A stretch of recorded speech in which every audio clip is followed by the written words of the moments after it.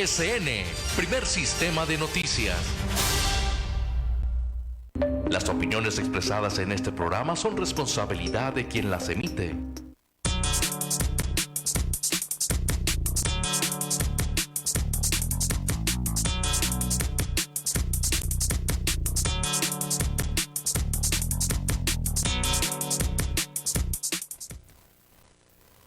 Amable auditorio, muy buenas tardes. Como de costumbre, estamos aquí con ustedes, Arturo Geraldo, su servidor, y me acompaña Esperanza Íñiguez. Muy buenas tardes y bienvenidos. Como todos los jueves, está aquí con nosotros el licenciado Roberto Cañedo. Muy buenas tardes y bienvenidos. Gracias por acompañarnos, licenciado Roberto Cañedo, y gracias a ustedes por sintonizar esta cadena de estaciones de radio hermanas que nos llevan hasta usted. Un saludo muy especial a los trabajadores del campo de allá del Valle Imperial que se reportan con nosotros y nos dicen que nos oyen clarito el programa, ¿eh? Y más clarito ven después de que les platicamos las cosas que están pasando con las verdades de lo que está sucediendo. Si ustedes viven en Baja California, nos pueden ver por el canal 87 de ICI en Tecate, Tijuana, Playas de Rosarito y Ensenada. Y si está en la calurosa capital del estado de Baja California, estamos en el canal 76. También en Facebook Live estamos como PSN en vivo, y en su computadora estamos www.psn.si. ¿Iniciamos, Arturo? Iniciamos. No sabemos ni por dónde comenzar porque hay tantas cosas que comentarles. No quisiera empezar por las malas, Arturo, porque luego se siente como que está muy pesado el programa. Pero hoy es un día para recordar.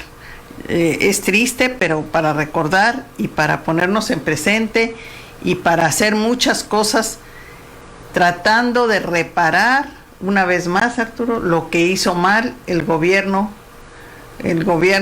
de Enrique Peña Nieto y el de Calderón y el de Fox y todos los demás. Ahí está. Tras 5 años no tenemos avances, dicen los padres de los 43 estudiantes en meeting celebrado hoy. Sienten ellos, Arturo, que 5 años son muchos días, tienen contadas los días. Hay un antimonumento, y para unos padres que se les aparezca a su hijo, pues no es algo de justificar. Entonces dicen ellos que no tenemos muchos avances, pero tienen esperanzas en este nuevo gobierno. El día de hoy el presidente de la República, el licenciado Andrés Manuel López Obrador, con Alejandro Encinas y con, ¿quién era la otra persona, Arturo? Aparecieron en la mañanera, en la conferencia de prensa, con una... ¿cómo le llaman ellos? Con una camiseta que trae el sello, un escudo de los 43, los padres de familia. Muchas personas el día de hoy salieron a las calles en distintas poblaciones para recordar esto. Licenciado Roberto Cañedo, pero esto que sucedió hace 5 años fue causado por un gobierno que no decía la verdad al pueblo y que atacaba al pueblo. ¿Usted dónde estaba el día hace 5 años? Yo me acuerdo, me encontraba, me parece, en mi casa cuando supe de la noticia que habían desaparecido 43 estudiantes. ¿Pero ya era diputado? No, todavía no era diputado. Faltaba un año para que yo fuese diputado. Y me acuerdo que sentí una sensación de sentirme demasiado inseguro, porque no era posible que por ser jóvenes con espíritu de lucha y que buscaban un cambio en el país, que se reformara la educación y que hubiera oportunidades para todos, el gobierno, por la simple y sencilla razón de que no estuvieras de acuerdo con él, te podría desaparecer. Y que incluso, aunque fuese de manera indirecta, el gobierno protegería a aquellos que te desaparecieron con tal de ellos protegerse en su estatus ante el mundo, pero no protegen lo que es el derecho a la vida y a la integridad y el derecho a la voz de los ciudadanos. Era una cosa atroz. Y cuando llegaron ustedes, ¿se les presentó este problema en el Congreso? Nosotros llegamos exactamente casi el año. Porque si bien recuerdo, la desaparición fue creo que 26 de septiembre, como septiembre, hoy. Exacto. Yo tenía el mes prácticamente de diputados, y los compañeros diputados aquel entonces, que éramos 35, comenzamos a realizar un punto de acuerdo, el cual yo suscribí y que redacté, solicitando se abriese una comisión especial para investigar el caso de Ayotzinapa, y que por fortuna lo pudimos abrir en la Cámara de Diputados. No tuve el placer o el honor de presidir la comisión en ese momento, pero sí compañeros que estaban más de cerca y que conocían a mejor raíz la situación. Nos abocamos y nos enfocamos a abrir las investigaciones. Sin embargo, pese a que solicitamos de manera respetuosa, haciendo un exhorto a las autoridades, nunca se enfocaron ellos a reabrir el caso de manera fehaciente y recibir otros medios de prueba que pudieron haber alimentado más, cuando estaba más nutrida y más fresca la información y el daño. Pero fíjate, el asesinato vil de 43 jóvenes estudiantes normalistas tuvo resonancia mundial. En todos los países del mundo hicieron comentarios muy duros contra el gobierno de México. Yo no sé realmente cómo pudo realizarse un crimen de ese tamaño. ¿Tú qué opinas? ¿Quién dio la orden? Porque nadie pudo haber cometido un asesinato de ese tamaño sin que alguien le hubiera ordenado. Y la prueba es que quedaron impunes. La orden tuvo que venir de muy arriba. ¿De Peña Nieto? Pudiera ser, porque del general, si bien es cierto, sabemos que la verdad jurídica que ellos manejan está manipulada.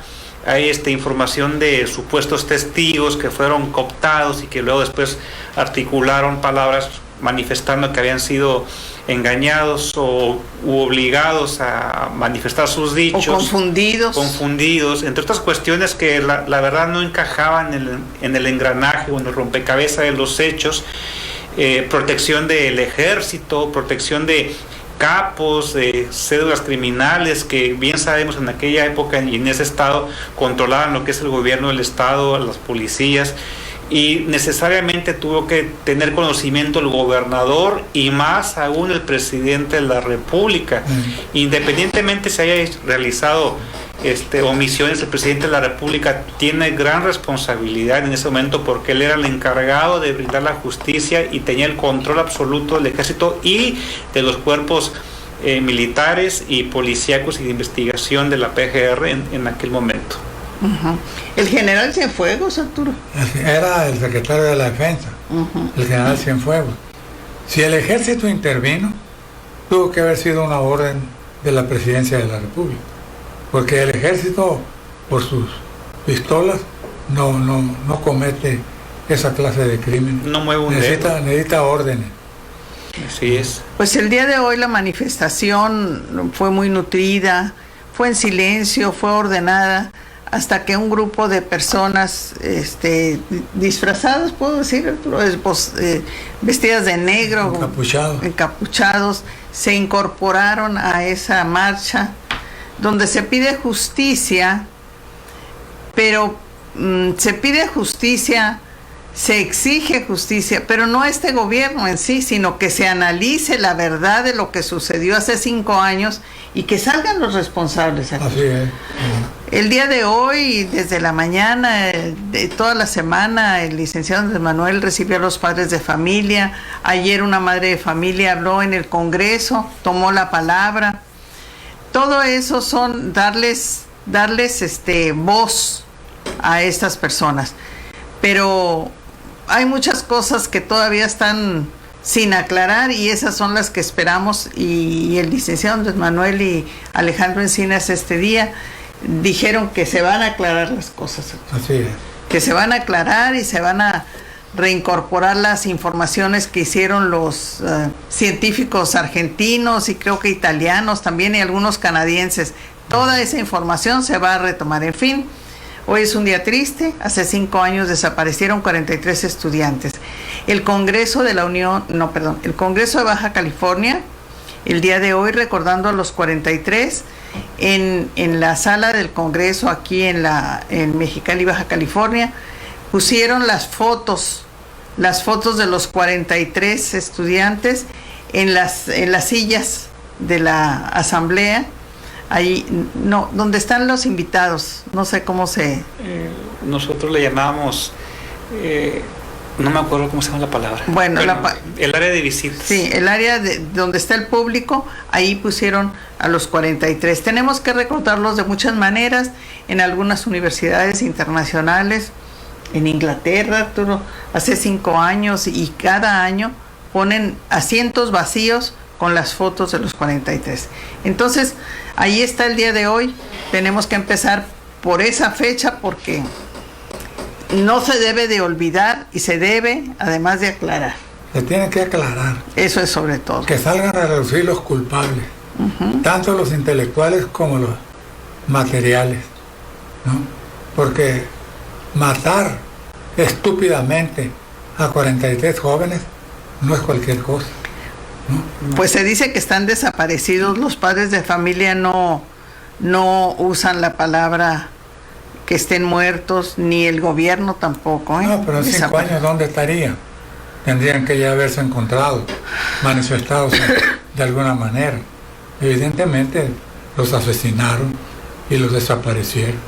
¿Pero por qué? ¿Por qué? Esa es la pregunta. Así es. Los padres... ¿Quién tenía interés en desaparecer a 43 jóvenes normalistas? Recordemos que teníamos un gobierno represor, asesino, y que de alguna manera quiso dar un escarmiento a aquellos grupos sociales que representaban intereses contrarios a los intereses de aquel gobierno, pero se les pasó la mano, no hubo un control de algún exmilitar o militar o cuerpo policial o quien haya sido, y el gobierno tenía responsabilidad en brindar y vigilar esa caravana y de darles protección a cualquier ciudadano independientemente de los hechos. El gobierno de aquel entonces sabe muy bien dónde están esos jóvenes, dónde quedaron, pues quiero decir, lamentablemente sus restos, porque para esta época yo no creo que estén vivos los muchachos, ya habían aparecido un mensaje, se habían escapado, qué sé yo, pero bueno, el gobierno de aquel entonces es principal responsable, al menos por omisión. Así es. Por omisión de sus actos. Fíjate, el crimen organizado no tenía ningún motivo para asesinar. ¿Por qué? Ninguna razón, ninguna motivación. El ejército pudiera ser recibidas órdenes superiores, ¿no? ¿Pero por qué? Los muchachos no eran un peligro. Es lo que no sabemos, desafortunadamente, porque no representaban ellos una amenaza al crimen organizado. Ni al gobierno tampoco. Ni al gobierno, no eran jóvenes armados, eran jóvenes como cualquier muchacho que sale de la universidad, que va a su casa y todo. Ni siquiera eso, fíjate, licenciado. Tenían 18 años, acababan de salir de la prepa y acababan de llegar al internado. Bueno. Apenas tenían los 20 días de que entraron a la escuela, a una escuela nueva, a una escuela normal, rural, donde los muchachos tienen que trabajar para que funcione la escuela porque no se les daba mantenimiento. En fin, el día de hoy piden al gobierno agilizar el proceso y aseguran los padres de los 43 que no darán marcha atrás. Claro que no, el dolor es tan intenso, Arturo, así es, que no se acaba, es como una gasolina que los lleva a manifestarse y a gritar una y otra vez, y yo creo que los que somos padres haríamos exactamente lo mismo. Yo les decía en aquel entonces que en una cosa de esas, yo creo que sale uno corriendo por las calles gritando, de verdad, el dolor es tan intenso que para ellos es algo que los mueve a buscar la justicia. En fin, hoy es día 26, triste, pero ahí están. Un puñado de encapuchados hoy dejó destrozos en la Ciudad de México, se filtran, y aquí es donde quería yo llegar, licenciado, Roberto Cañedo, Arturo, se filtran encapuchados y destrozan ventanales y dañan la puerta del Palacio Nacional una vez más. Fueron separados con la policía entre la marcha pacífica, Arturo, que mucha gente llevaba, entre la marcha silenciosa y pacífica y este montón de encapuchados. ¿De dónde crees que salgan estos encapuchados, Arturo? Pues no tengo la menor idea, pero debe haber todavía gente interesada en ocultar ese crimen, porque no se explica de otra manera. Yo creo que lo correcto hubiera sido detener a esos encapuchados y quitarles la capucha y obligarlos a que dijeran quién los mandó. El día de hoy, Arturo, que se presentan ahí, pero yo creo que va más allá, licenciado, no irá más allá que alguien esté provocando que estos jóvenes se infiltren en las filas de una manifestación dolorosa pero silenciosa y ordenada, se infiltran y causan estos destrozos en la Ciudad de México. Bueno, es que la idea era echar a perder el movimiento y culpar a los manifestantes y provocar un zafarrancho que tuviera connotaciones internacionales. Hasta allá creo yo que era el alcance de esta intencionalidad.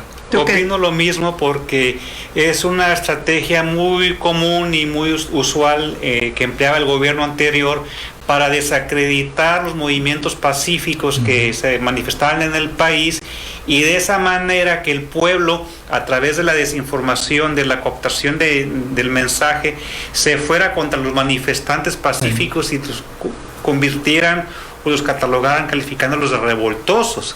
Lo cierto es que pues se ha visto a lo largo de la historia con los 43, con los maestros que llegaban encapuchados supuestamente como parte integrante de la manifestación y vandalizaban las cuestiones, cuando bien sabemos que nuestro movimiento por la Cuarta Transformación siempre el mensaje fue la movilización pacífica. Pero estos hombres, estas personalidades, me imagino que han de ser remedos de exmilitares o de expolicías que están involucrados o que tienen algún deber, alguna obligación, una deuda con sus jefes, y son ordenados para realizar estos desbarajustes. Y que invitan o provocan que los jóvenes enardecidos logren estos actos vandálicos y que no deben de ser, así como dice el el licenciado Roberto Cañedo,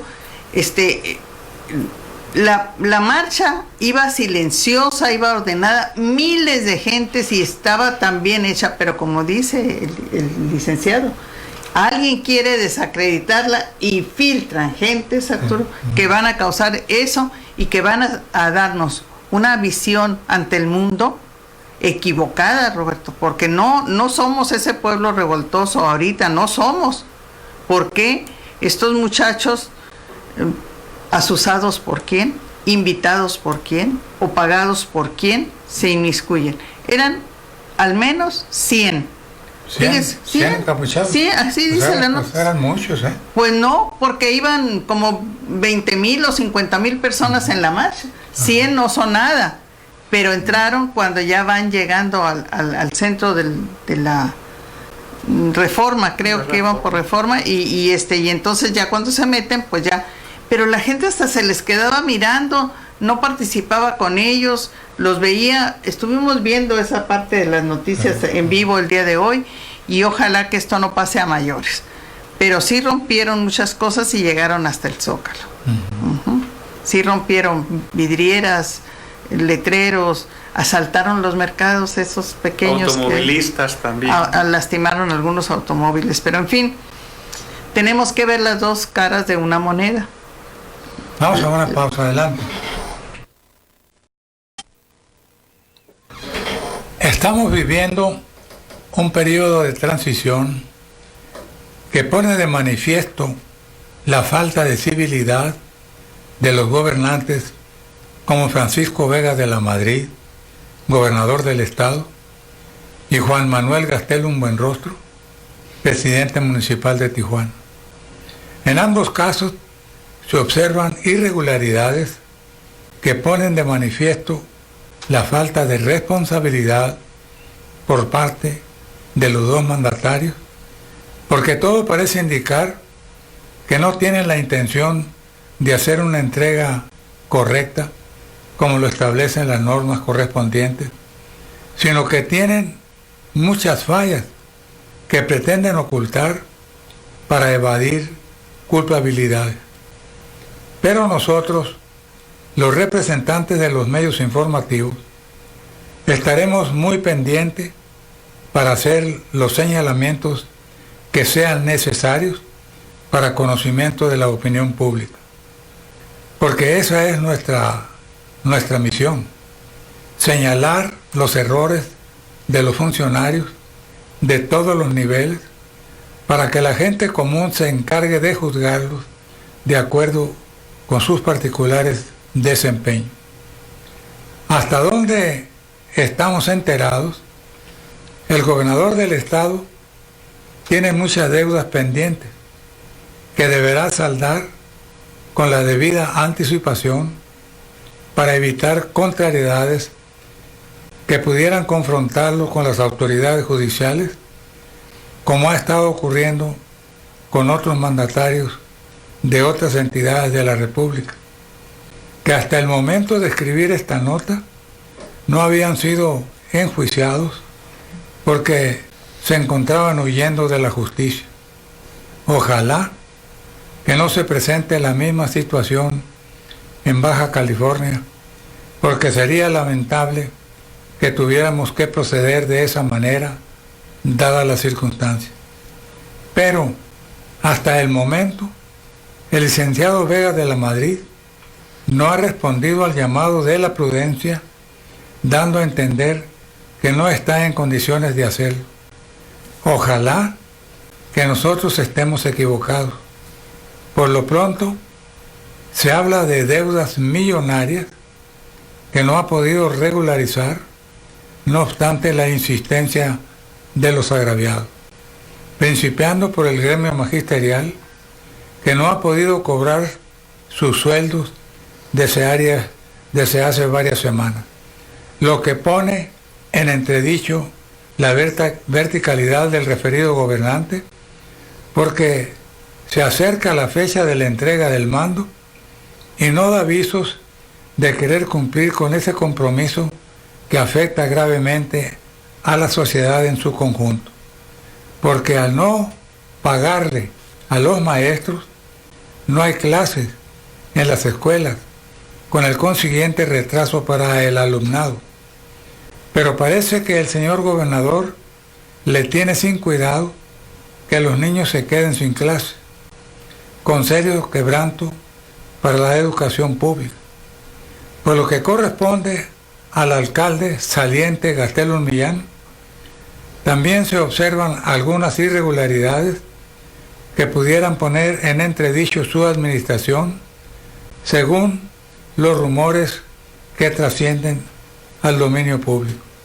Lo que sería muy lamentable, porque las cosas han cambiado un poco y los encargados de impartir justicia están dispuestos para entrar en acción en el supuesto caso de que sea necesario.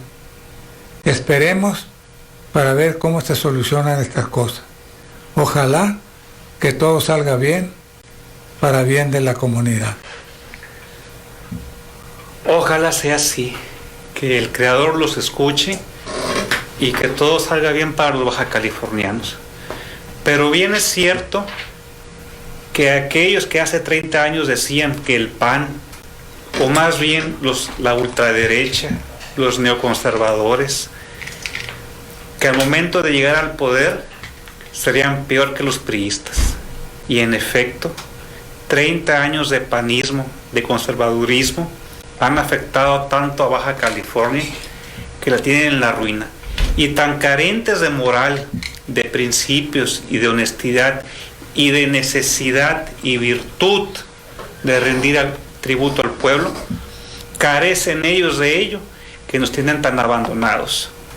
A la ultraderecha, a los conservadores, a aquellos que pugnaban desde hace más de 150 años colocar a un emperador austriaco para que gobernara nuestro país, aquellos que entregaron las riquezas al clero político, aquellos que prefirieron crear un partido para contrarrestar las políticas del presidente Lázaro Cárdenas del Río, son aquellos que nunca han tenido la intención que el pueblo de México se eduque. Y para muestra un botón, ellos, quienes decían ser la oposición al PRI, votaron junto con el PRI la reforma educativa. Votaron junto con el PRI privatizar la educación y hacer de los maestros un desbarajuste, siendo de manera malagradecida porque los maestros fueron quienes les inculcaron la educación y la enseñanza de saber leer y escribir.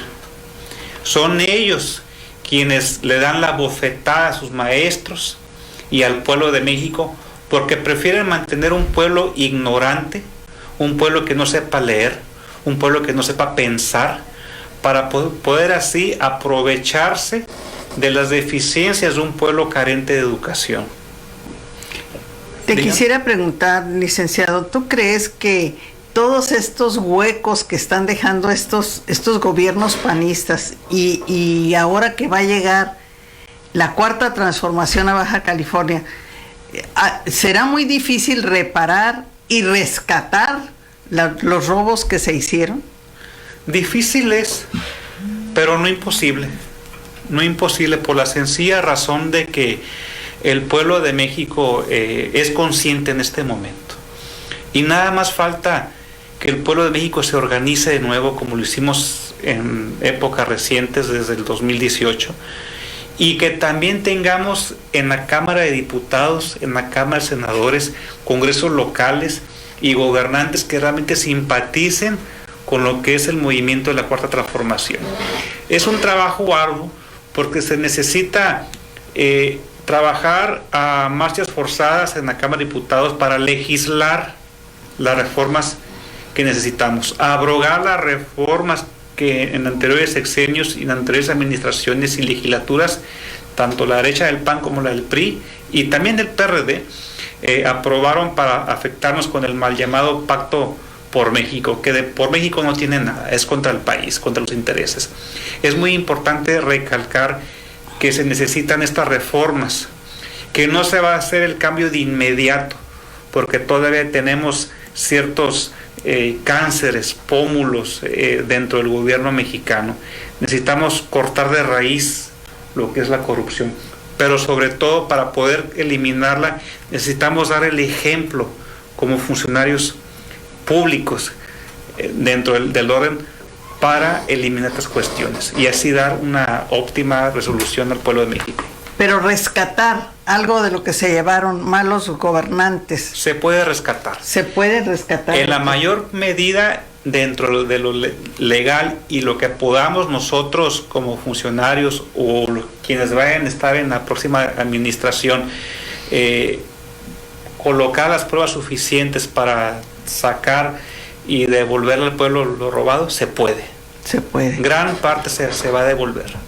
Pero fíjate, por ejemplo, por lo pronto, el gobernador Vega de la Madrid ya nombró a su fiscal, un elemento incondicional, que estará ahí 9 años, dispuesto para quitarle el golpe al gobernador en todo aquello que se manifieste en contra de su persona.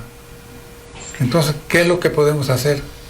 Bueno, tenemos por fortuna el artículo 39 constitucional que manifiesta que la soberanía radica en el pueblo y esencialmente en el pueblo por el pueblo.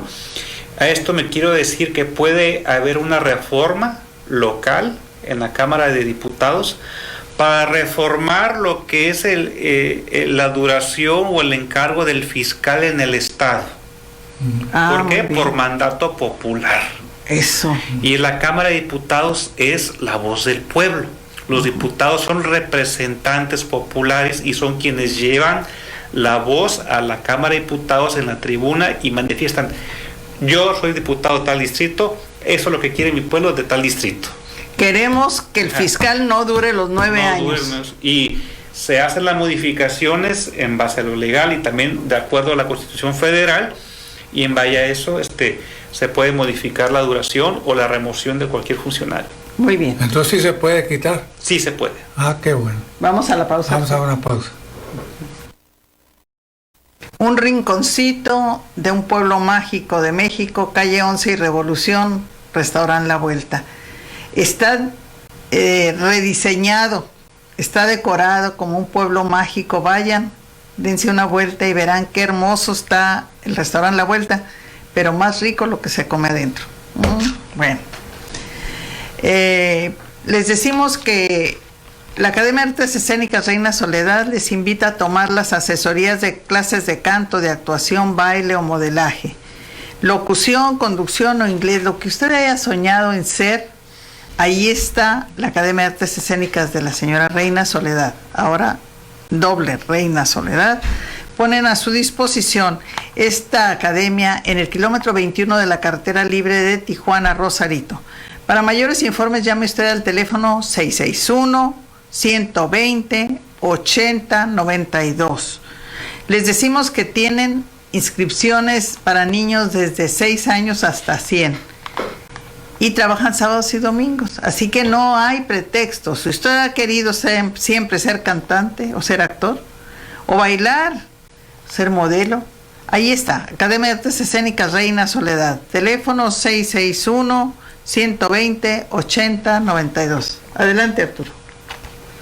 Si tiene problemas con sus oídos, con su nariz o con su garganta, permítame recomendarle a mi amigo de toda la vida, doctor Roberto Farías.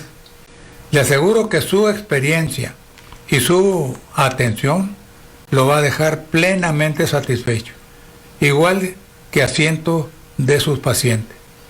Su consultorio está en edificio Plaza Patria, 4º piso, local 15, y cuenta con amplio estacionamiento.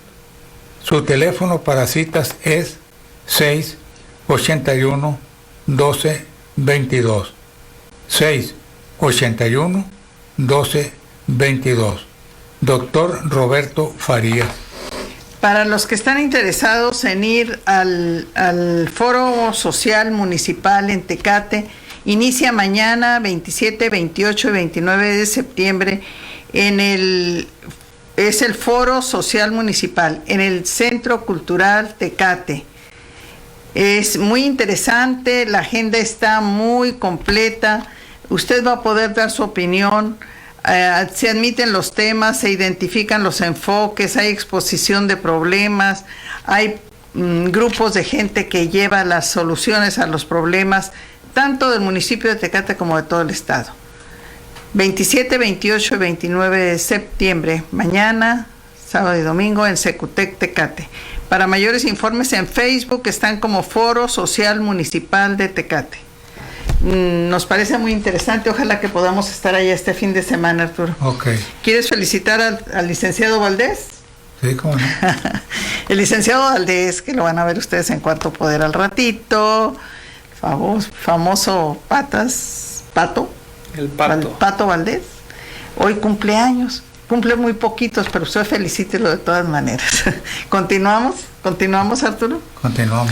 Bueno, licenciado Roberto Cañedo, fíjate que estamos viendo que los senadores trabajaron horas extras esta semana y con la mayoría de Morena logran quitar aquella reforma educativa del gobierno pasado. Y dice la nota de hoy que el Senado aprueba la Ley General de Educación de la reforma educativa. ¿Qué tan rápido, licenciado Roberto Cañedo, va a poder entrar en acción esta nueva ley, reforma educativa?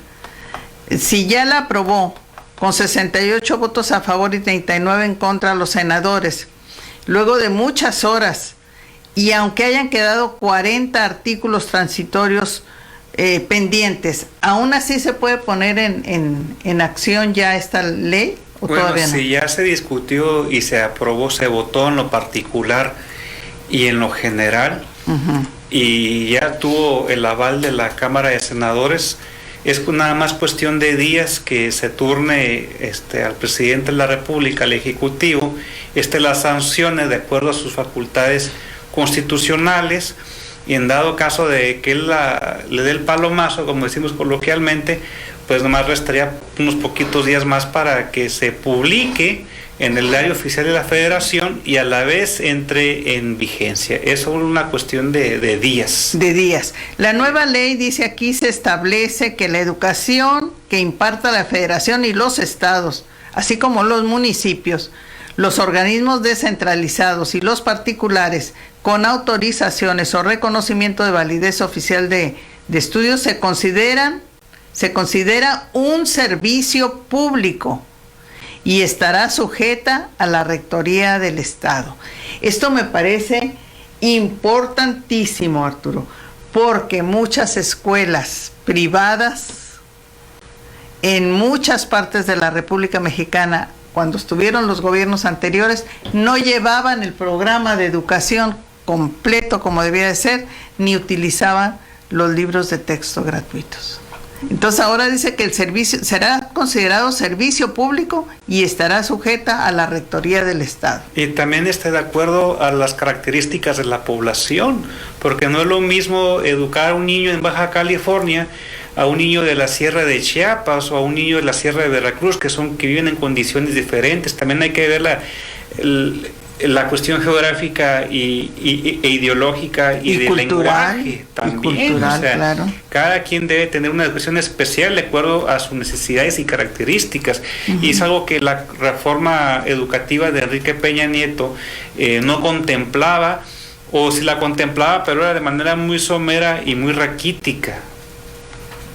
Bueno, pues se aprobó y esto nos da una licencia para decir ya, ahora van los nuevos programas, llegaron todos los libros de texto, va a haber una supervisión del Estado. ¿Y saben qué? Es la primera reforma que en materia educativa que es consultada al gremio de los maestros en mucho tiempo, porque antes las reformas, me acuerdo yo, no se consultaban ni a los médicos, ni a los laboristas, ni a los licenciados, o sea, se consulta al pueblo, y fue una promesa de campaña que se realizó en el 2018, y ya está aprobada. Así que con esta base, Arturo, ahora, y con nuevos gobiernos, va a caminar más rápido la educación.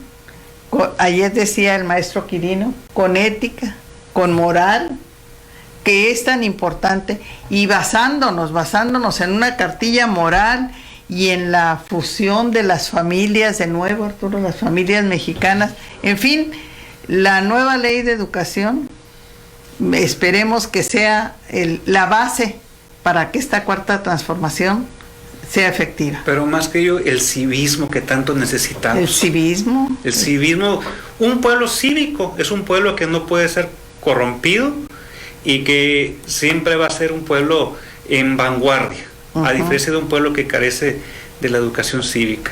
Así es. ¿Cómo ves esto, Arturo? ¿Ya? No, lo veo muy positivo. Es un cambio sustancial. Ahora sí, los programas académicos se van a llevar a efecto de acuerdo con la realidad que vive el país. Los panistas todo deformaban, todo deforman, porque todavía tenemos reductos en la República donde hay gobernadores panistas. Todo lo deforman, todo lo hacen de acuerdo con un criterio clerical. Bueno, alguien esta mañana me reclamaba eso, que por qué siempre, Arturo, enlazamos a Acción Nacional con el sistema clerical. Me decía esta persona, yo soy religioso y no tengo nada que ver con Acción Nacional. Pues yo le dije así, ¿verdad? Pues usted, siendo religioso, no tiene nada que ver con Acción Nacional, pero Acción Nacional siempre estuvo metida en el clero. Absolutamente. Al revés, sí, ¿verdad? A lo mejor el ciudadano individual no. Es que es el alto clero político. Alto clero político. O sea, no nos referimos a los creyentes, a los religiosos, no, sino el clero político, que es el alto, que es el ultraconservador, que siempre estuvo en contra de los intereses nacionales. Voy a hacerle una pregunta de otro tema, pero porque usted anduvo allá muchos años, licenciado Roberto Cañedo. Se dijo que la inseguridad en Tamaulipas podría ser tan fuerte que hubo quien propuso que se desaparecieran poderes. Usted que conoció Tamaulipas, ¿de veras es tan grave la situación? No sé si más grave que en Baja California, pero qué bueno que ya los poderes de aquí ya se van, les faltan 24 horas, 23, 22, 21, ojalá que ya se vayan. Pero allá no, allá acaba de llegar este gobierno. ¿Qué dice usted de la posibilidad, Arturo, que se vio esta semana de que se desaparecieran poderes? Un servidor estuvo 3 años en Tamaulipas, creando conciencia y trabajo político allá, siendo diputado. Les cuento que la situación en Tamaulipas es demasiado grave. Yo estuve en 2 balaceras, me tocó estar brigadeando 2 balaceras. A un compañero diputado mío lo asaltaron y le bajaron todas sus pertenencias. No hay policías en Tamaulipas, hay solamente ejército. Me tocó igual estar en narcobloqueos, en quema de edificios públicos cuando tomó ser protesta. Ser testigo de todo eso. La entonces senadora Maki, que se hizo alcaldesa de la ciudad de Reynosa.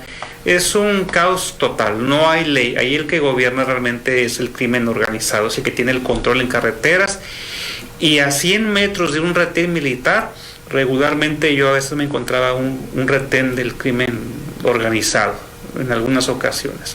A ver, pero tomando en cuenta que hace un año que entró el nuevo gobierno. Sí, yo me refiero hace 2 años, cuando yo estuve en la legislatura. Entonces, bajo esas circunstancias, cuando hay una carencia de poder del Estado por una cuestión política, un desorden social, que se vea corrompido el poder público, de acuerdo al artículo 76 de la Constitución, el Senado tiene facultades para la desaparición de los poderes, que son tanto el Ejecutivo, el Legislativo y el Judicial. El Senado tiene la facultad para desaparecer los poderes. Se hace sesiones, ya sea que lo promueva la ciudadanía o a un ente público en el Estado, o bien la Cámara de Diputados federales o las senadores que lo promuevan. Se hace una consulta dentro de la Cámara de Senadores y se vota si se procede a la desaparición de poderes en algún estado en particular o en alguna ciudad.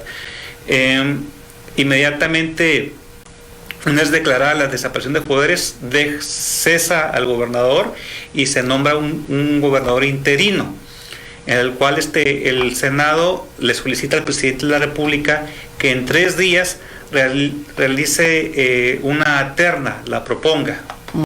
Si le realiza la terna, dentro de otros 3 días tendrá el Senado facultades para elegir quién va a ser el gobernador interino. Si no lo hace el presidente de la República, se hace una votación interna en la Cámara de Senadores y se vota por un gobernador interino. Sin embargo, fíjate que el presidente Andrés Manuel López Obrador expresó su rechazo a la propuesta de Morena en el Senado de desaparecer poderes en Guanajuato y Tamaulipas, porque son cuestiones políticas que buscan descalificar a sus adversarios. Ese es el criterio presidencial. ¿Cómo la ves? Porque él dijo y explicó en esa conferencia de mañana que es una recomendación nada más, dijo, que se dialogue, que no se usen procedimientos que deban realizarse sin tintes políticos para hacer justicia.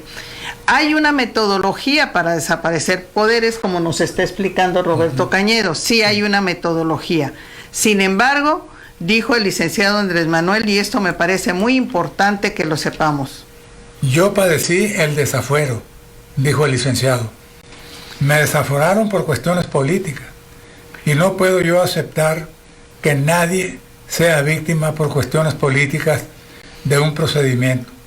establecido en la ley, pero promovido o impulsado por venganza, por descalificar a adversarios.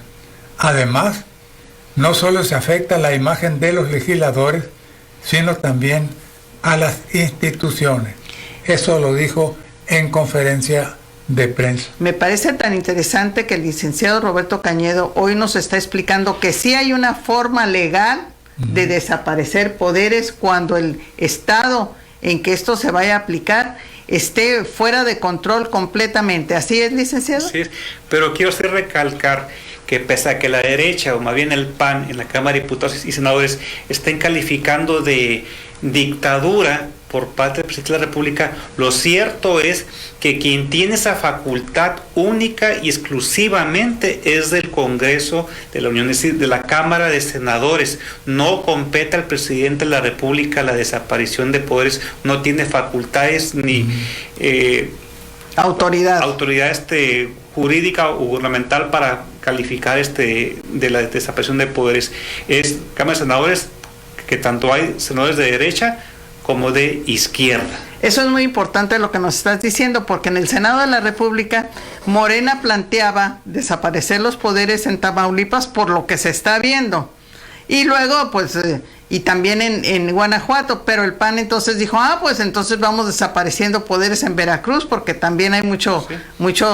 Y entonces dijo el licenciado Andrés Manuel, mi opinión, sin querer intervenir, es que están manejando esta desaparición de poderes no como algo necesario, Arturo, sino como algo con criterio político. Con criterio político. Y es que, en efecto, si se desaparece el poder en el Estado, no resuelve de inmediato la ola de inseguridad nacional, porque esto es de años. Así es. Se necesita atacar de raíz. Así es. Nos despedimos, vámonos. Pues me despido, licenciado Roberto Cañedo. Fue un placer estar con ustedes. Nos vemos la próxima semana. Gracias, licenciado Roberto Cañedo, y gracias a todos ustedes por acompañarnos. Esperanza Íñiguez les dice hasta la próxima. Arturo Geraldo, su servidor. Gracias por escucharnos.